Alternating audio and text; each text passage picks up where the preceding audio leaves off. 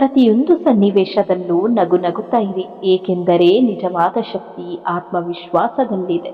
ಕರ್ಮವು ಯಾವಾಗಲೂ ತನ್ನ ವಿಳಾಸವನ್ನು ಮರೆಯುವುದಿಲ್ಲ. ಸರಿಯಾದ ಸಮಯಕ್ಕೆ ಮತ್ತು ಸೂಕ್ತ ಸ್ಥಳಕ್ಕೆ ಹೋಗಿ ಮುಟ್ಟಿಯೇ ತೀರುತ್ತದೆ. ಕಾಯುವುದನ್ನು ಕಲಿ, ಏಕೆಂದರೆ ಎಲ್ಲ ಮುಗಿದೇ ಹೋಯಿತು ಅಂದುಕೊಂಡಾಗಲೇ ಹೊಸ ಅಧ್ಯಾಯಗಳು ಆರಂಭವಾಗುವುದು. ಹಠ ಎಂದರೆ ನಿನಗೆ ಬೇಕಾದುದನ್ನು ಪಡೆದು ಮೆರೆಯುವುದಲ್ಲ. ಎಲ್ಲಿ ನಿನಗೆ ಬೆಲೆ ಇಲ್ಲವೋ ಅಲ್ಲಿ ನಿನ್ನ ಬೆಲೆ ಸೃಷ್ಟಿಸುವುದು, ಅದೇ ನಿಜವಾದ ಹಠ. ನೀವು ಎಷ್ಟು ಬಾರಿ ಪ್ರಯತ್ನಿಸುತ್ತೀರಿ ಎಂಬುದರ ಮೇಲೆ ನಿಮ್ಮ ಗೆಲ್ಲುವ ಸಾಮರ್ಥ್ಯ ಅವಲಂಬಿತವಾಗಿರುತ್ತದೆ. ಏನನ್ನಾದರೂ ಪಡೆಯುವುದಕ್ಕಿಂತ ಅದನ್ನು ಸಂರಕ್ಷಿಸುವುದು ತುಂಬಾ ಕಷ್ಟ. ಅದು ಸಂಪತ್ತು, ಗೌರವ, ಪ್ರೀತಿ ಅಥವಾ ಒಳ್ಳೆಯ ವ್ಯಕ್ತಿಯಾಗಿರಲಿ. ನೀನು ಫಲದ ಚಿಂತೆಯಲ್ಲಿ ಮುಳುಗಬೇಡ. ನಿನ್ನ ಕರ್ತವ್ಯವನ್ನು ಶುದ್ಧ ಮನಸ್ಸಿನಿಂದ ಮಾಡು, ಫಲವನ್ನು ನನಗೆ ಅರ್ಪಿಸು. ನಿಮ್ಮ ಭಾವನೆಗಳನ್ನು ನಿಯಂತ್ರಿಸುವುದನ್ನು ಕಲಿಯಿರಿ, ಇಲ್ಲವಾದರೆ ನಿಮ್ಮ ಶತ್ರುಗಳು ನಿಮ್ಮ ವಿರುದ್ಧವೇ ಅವುಗಳನ್ನು ಬಳಸಬಹುದು. ಅರ್ಥವಿಲ್ಲದ ಮಾತುಗಳಿಗಿಂತ ಅರ್ಥಪೂರ್ಣ ಮೌನವೇ ಮೇಲು. ತನ್ನ ಪಾಪಗಳ ಅರಿವಿದ್ದವ ಇತರರ ತಪ್ಪುಗಳನ್ನು ಬೇಗ ಕ್ಷಮಿಸುತ್ತಾನೆ. ಬದುಕು ಇಲ್ಲಿ ಪಾಠ ಕಲಿಯಲು ಶುಲ್ಕ ಬೇಡ, ಪಾಠ ಕಲಿಯದೇ ಇದ್ರೆ ಶುಲ್ಕ ತೆರಬೇಕಾಗುತ್ತೆ. ಕೆಲವು ಸಂಬಂಧಗಳನ್ನು ದೇವರೇ ಹಾಳು ಮಾಡಿಬಿಡುತ್ತಾನೆ. ಕಾರಣ ಇಷ್ಟೇ, ನಮ್ಮ ಜೀವನ ಹಾಳಾಗಬಾರದೆಂದು. ಕೆಟ್ಟತನಗಳಿಗಷ್ಟೇ ಅಲ್ಲ, ಕೆಲವೊಮ್ಮೆ ಅಳತೆ ಮೀರಿದ ಒಳ್ಳೆಯತನಕ್ಕೂ ಶಿಕ್ಷೆ ಆಗುತ್ತೆ. ಎಲ್ಲ ನನ್ನವರು ಎಂಬುವುದು ಭ್ರಮೆ, ನಾನು ನನ್ನದು ಎಂಬುವುದು ಸ್ವಾರ್ಥ, ಅವರು ನನ್ನವರು ಎಂಬುವುದು ಶುದ್ಧ ಸುಳ್ಳು. ನಿನಗಾಗಿ ನೀನು ಎಂಬುವುದಷ್ಟೇ ಸತ್ಯ. ಯಾರಿಂದಲೂ ಏನನ್ನೂ ಬಯಸದೇ ಇರುವುದೇ ಸೌಖ್ಯ. ಭೂಮಿಯಲ್ಲಿ ಬಿತ್ತಿದ ಬೀಜ ಹೇಗೆ ತಕ್ಷಣಕ್ಕೆ ಫಲ ಕೊಡುವುದಿಲ್ಲವೋ ಹಾಗೆಯೇ ತಪ್ಪು ಕರ್ಮವನ್ನು ಮಾಡಿದ ತಕ್ಷಣ ಕೆಟ್ಟ ಫಲ ಸಿಗೋದಿಲ್ಲ. ಪಾಪದ ಕೊಡ ತುಂಬುತ್ತಾ ಹೋಗುತ್ತಲೇ ಒಮ್ಮೆಲೆ ಬುಡ ಸಮೇತ ಕಿತ್ತು ಹಾಕುತ್ತದೆ. ಜೀವನ ಪ್ರತಿ ಕ್ಷಣವೂ ಮೃದುತನದಿಂದಿರುವುದಿಲ್ಲ. ಕನಸು ಕಂಡವರಿಗಿಂತ ಕಷ್ಟಪಟ್ಟವರಿಗೆ ಬೇಗ ಅರ್ಥವಾಗುತ್ತದೆ. ಸಮಯ ಮತ್ತು ಸಲಹೆ ಈ ಎರಡನ್ನೂ ಅಗತ್ಯವಿರುವಷ್ಟೇ ನೀಡಬೇಕು. ಅತಿ ಹೆಚ್ಚು ನೀಡಿದ್ರೆ ನಮ್ಮ ಸಮಯವು ಮೌಲ್ಯ ಕಳೆದುಕೊಳ್ಳುತ್ತದೆ. ಬದುಕಿನಲ್ಲಿ ನಾಳೆ ಎಂಬ ಅವಕಾಶ ಯಾವತ್ತೂ ಇರುತ್ತೆ, ಆದರೆ ನಿನ್ನೆ ಎಂಬುವುದರಲ್ಲಿ ನಾವು ಕಳೆದು ಹೋಗಬಾರದಷ್ಟೆ. ಯಾವುದೇ ವ್ಯಕ್ತಿಯ ಮೇಲಿನ ಅತಿಯಾದ ಮೋಹವು ಹಾನಿಕಾರಕ. ಯಾಕೆಂದರೆ ಮೋಹವು ನಿರೀಕ್ಷೆಗೆ ಕಾರಣವಾಗುತ್ತೆ ಮತ್ತು ನಿರೀಕ್ಷೆಯು ದುಃಖಕ್ಕೆ ಕಾರಣವಾಗುತ್ತೆ. ದೇವರನ್ನು ಪ್ರೀತಿಸುವುದಕ್ಕೂ ಮನುಷ್ಯನನ್ನು ಪ್ರೀತಿಸುವುದಕ್ಕೂ ಏನು ವ್ಯತ್ಯಾಸ? ನಾವು ಒಬ್ಬ ಮನುಷ್ಯನನ್ನು ಪ್ರೀತಿಸಿದಾಗ ಅವನು ನಮ್ಮ ದೌರ್ಬಲ್ಯವಾಗುತ್ತಾನೆ ಮತ್ತು ನಾವು ದೇವರನ್ನು ಪ್ರೀತಿಸಿದಾಗ ಅವನು ನಮ್ಮ ಬಲವಾಗುತ್ತಾನೆ. ಬದಲಾವಣೆಗೆ ಹೊಂದಿಕೊಳ್ಳುವ ಸಾಮರ್ಥ್ಯವೇ ಬುದ್ಧಿವಂತಿಕೆ. ಯಾರು ಎಷ್ಟು ಬೇಗ ಹೊಸ ಪರಿಸ್ಥಿತಿಗಳಿಗೆ ಒಗ್ಗಿಕೊಳ್ಳುತ್ತಾರೋ ಅಷ್ಟು ಯಶಸ್ಸು ತಮ್ಮದಾಗಿಸಿಕೊಳ್ಳುತ್ತಾರೆ. ನಂಬಿಕೆ ಇರಲಿ, ದೇವರು ನಮ್ಮ ಪ್ರಾರ್ಥನೆಗಳನ್ನು ಎಂದಿಗೂ ನಿರ್ಲಕ್ಷಿಸುವುದಿಲ್ಲ. ಅವನು ಯಾವಾಗಲೂ ಒಂದಲ್ಲ ಒಂದು ರೂಪದಲ್ಲಿ ನಮಗೆ ಸಹಾಯ ಮಾಡುತ್ತಾನೆ. ದುಃಖದ ಸಮಯದಲ್ಲಿ ಭಗವಂತ ಏಕೆ ಮೌನವಾಗಿದ್ದಾನೆ ಎಂದು ಚಿಂತಿಸಬೇಡಿ, ಏಕೆಂದರೆ ಪರೀಕ್ಷಾ ಕೊಠಡಿಯಲ್ಲಿ ನಮಗೆ ಪಾಠ ಕಲಿಸಿದ ಶಿಕ್ಷಕರು ಸಹ ಮೌನವಾಗಿರುತ್ತಾರೆ. ಹಣ, ಅಧಿಕಾರ, ಸಂಬಂಧ ಇವುಗಳನ್ನು ಸುಳ್ಳಿನಿಂದ, ಅನ್ಯಾಯದಿಂದ ಪಡೆದುಕೊಂಡರೆ ಅದನ್ನು ನೀನು ಕಳೆದುಕೊಳ್ಳುವೆ. ಸತ್ಯದಿಂದ, ನ್ಯಾಯದಿಂದ ಪಡೆದುಕೊಂಡರೆ ಅದು ಶಾಶ್ವತವಾಗಿ ಉಳಿಯುತ್ತದೆ. ನೀವು ಸುಖವಾಗಿದ್ದಾಗ 4 ಜನರಿಗೆ ಸಹಾಯ ಮಾಡಿ, ಏಕೆಂದರೆ ಇದೇ ಉಪಕಾರವು ನಿಮ್ಮ ಕಷ್ಟ ಕಾಲದಲ್ಲಿ ನಿಮ್ಮನ್ನು ಕಾಪಾಡುವ ವರದಾನವಾಗಬಲ್ಲದು.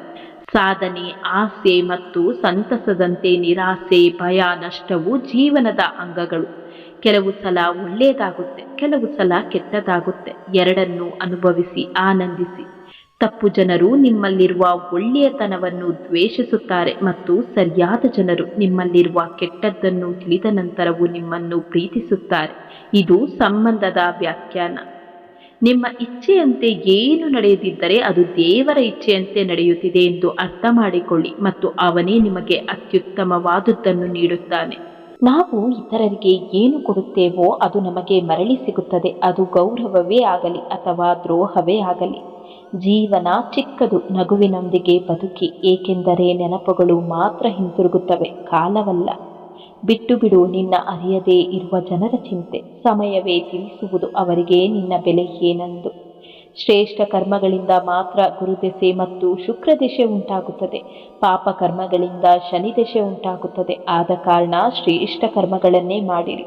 ಒಬ್ಬ ದುಷ್ಟ ಕೆಟ್ಟದಾಗಿ ಗೌರವವಿಲ್ಲದೆ ಮಾತನಾಡುತ್ತಿದ್ದಾನೆ ಎಂದರೆ ಆತ ಅಂತರಂಗದಲ್ಲಿ ತುಂಬ ಭಯಭೀತನಾಗಿದ್ದಾನೆ ಎಂದರ್ಥ. ಅಂಥವರಲ್ಲಿ ಎಷ್ಟೇ ಶಕ್ತಿ ಇದ್ದರೂ ಕೂಡ ಅದು ಎಂದೂ ಅವರ ರಕ್ಷಣೆ ಮಾಡಲಾರದು. ಏಕೆಂದರೆ ಅವರಿಗೆ ತಮ್ಮ ಶಕ್ತಿಯ ಬಗ್ಗೆ ಆತ್ಮವಿಶ್ವಾಸವಿರುವುದಿಲ್ಲ. ಜೀವನ ಇರುವುದೇ 2 ದಿನ, ಒಂದು ನಿನ್ನ ಪರವಾದ ದಿನ, ಮತ್ತೊಂದು ನಿನ್ನ ವಿರುದ್ಧವಾದ ದಿನ. ಪರವಾದ ದಿನದಲ್ಲಿ ಅಹಂಕಾರ ತೋರಿಸಬೇಡ, ವಿರುದ್ಧವಾದ ದಿನದಲ್ಲಿ ತಾಳ್ಮೆ ಕಳೆದುಕೊಳ್ಳಬೇಡ.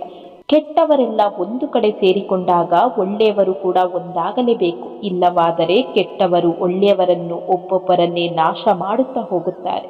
ಯಾರಿಗೆ ಯಾರೂ ಇಲ್ಲ, ಅವರು ಇದ್ದಾರೆ ಇವರು ಇದ್ದಾರೆ ಅನ್ನೋದು ಬರೀ ಮಾತಿಗಷ್ಟೇ. ಎಣ್ಣೆ ಇದ್ದರೇನೇ ದೀಪ. ಹಾಗೆಯೇ ನಾವು ಚೆನ್ನಾಗಿದ್ದರೆ ಎಲ್ಲರೂ ನಮ್ಮವರು, ನಾವು ಚೆನ್ನಾಗಿಲ್ಲ ಅಂದರೆ ನಮ್ಮವರೇ ನಮಗೆ ಶತ್ರುಗಳು. ನೀನು ಹುಟ್ಟುವ ಮನೆತನ, ನೀ ಮಾಡಿದ ಕರ್ಮಗಳ ಆಧಾರದ ಮೇಲೆ ನಿರ್ಧಾರವಾಗುತ್ತೆ. ನೀ ಸಾಯುವ ರೀತಿ ಕೂಡ ನಿನ್ನ ಕರ್ಮಗಳ ಮೇಲೆ ಆಧಾರವಾಗಿರುತ್ತದೆ. ಹುಟ್ಟು ಮತ್ತು ಸಾವು ಎರಡೂ ಕೂಡ ಕರ್ಮಗಳ ಆಧಾರದ ಮೇಲೆ ನಿರ್ಧಾರವಾಗುವ ಕಾರಣ ನೀನು ಶ್ರೇಷ್ಠ ಕರ್ಮಗಳನ್ನೇ ಮಾಡು. ದಾರಿ ಕಾಣುತ್ತಿಲ್ಲವೆಂದು ದೇವರನ್ನು ದೂರಬೇಡ. ಸ್ವಲ್ಪ ತಾಳ್ಮೆ ಇರಲಿ.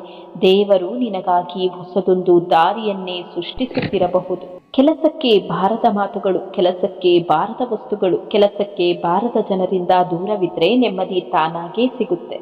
ಯಾರೊಂದಿಗೂ ಸೇಡು ತೀರಿಸಿಕೊಳ್ಳಲು ಸಮಯವನ್ನು ವ್ಯರ್ಥ ಮಾಡಬೇಡಿ. ಏಕೆಂದರೆ ನಿಮಗೆ ನೋಯಿಸಿದವರು ತಮ್ಮ ಕರ್ಮವನ್ನು ತಾವೇ ಉಣ್ಣುವ ಸಮಯ ಬಂದೇ ಬರುತ್ತದೆ. ನಾವು ಜೀವನದಲ್ಲಿ ಅನುಭವಿಸುವ ಪ್ರತಿಯೊಂದು ನೋವು, ಕಷ್ಟಗಳು ನಮಗೆ ಒಂದೊಂದು ರೀತಿಯ ಪಾಠಗಳನ್ನು ಕಲಿಸುತ್ತದೆ. ಆದರೆ ಎಲ್ಲ ನೋವು ಕಷ್ಟಗಳನ್ನು ಮೆಟ್ಟಿ ನಿಂತಾಗಲೇ ಗುರಿ ಸಾಧಿಸಲು ಸಾಧ್ಯವಾಗುತ್ತದೆ.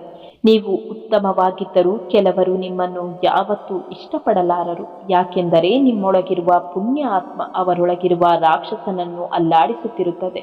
ಉತ್ತಮರ ಒಳ್ಳೆಯ ಆತ್ಮ ಕೆಟ್ಟವರ ರಾಕ್ಷಸತ್ವವನ್ನು ಕಂಪಿಸುತ್ತದೆ.